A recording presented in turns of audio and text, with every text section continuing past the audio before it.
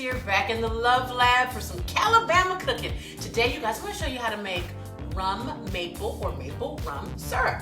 This is great for pancakes, waffles, anything like that, but a lot of times, you know, you get tired of going to the store buying this stuff all the time, and I want you to know you can absolutely make it yourself at home. I'm going to show you how. Let's cook.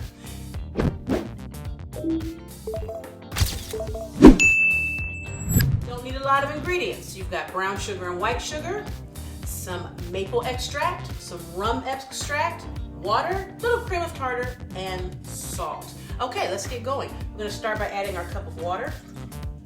And to that cup of water, we're going to add our brown sugar and white sugar. Okay? And we're going to cook this until the sugar dissolves. You want to make sure that the sugar dissolves.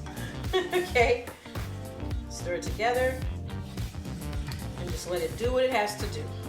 So here we have our brown sugar, white sugar, and water mixture. It's come to a boil. We're not doing a rapid boil. We really just want to get it to a good simmer, kind of.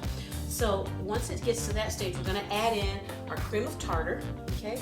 And the cream of tartar is going to help our sugar not crystallize, and a pinch of salt. And we're going to continue letting this just simmer like this.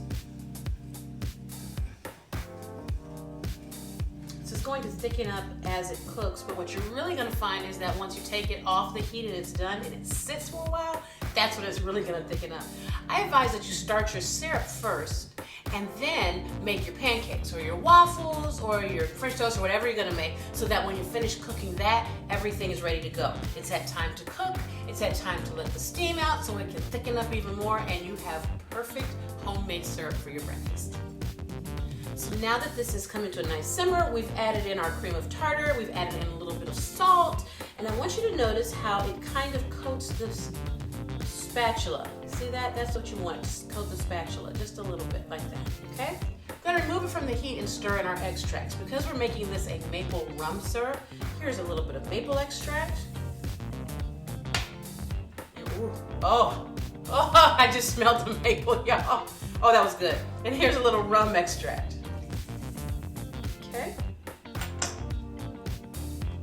Oh, this smells divine. Putting it back on the eye of the stove. Now the heat is turned off, but I just have it on the eye so it has a little bit of heat adding to it and just kind of working with it. Now that we've added our maple extract and our rum extract, we're going to let this sit and start to evaporate so it can thicken up. Because you'll notice initially, it's not very thick when you first finish making your syrup. Okay? And you're thinking, that's not how it's supposed to be. Have patience and give it time. Because as this steam continues to evaporate, it's going to thicken as it sits, and it's going to be delicious. Now, if you want to make your syrup with actual rum, you can definitely add a tablespoon of rum or 2 tablespoons of actual rum in there and get real rum flavor. You can do the same with bourbon or Hennessy or any liquor flavor that you want.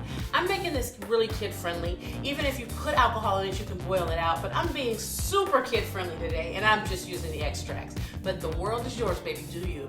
I'm going to transfer this to a mason jar. You can keep this in your refrigerator for a couple of weeks. It'll be good to go. Now you can also add a little bit of butter to your syrup if you want to. Just know that if you add a couple tablespoons of butter, when you put it in the refrigerator, the butter will harden, because that's what butter does when it gets cold.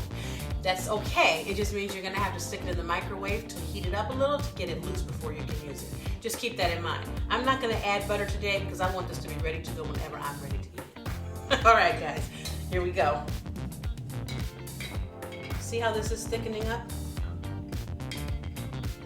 Just as it sits there. The longer it sits and the more steam that evaporates, the thicker it will become.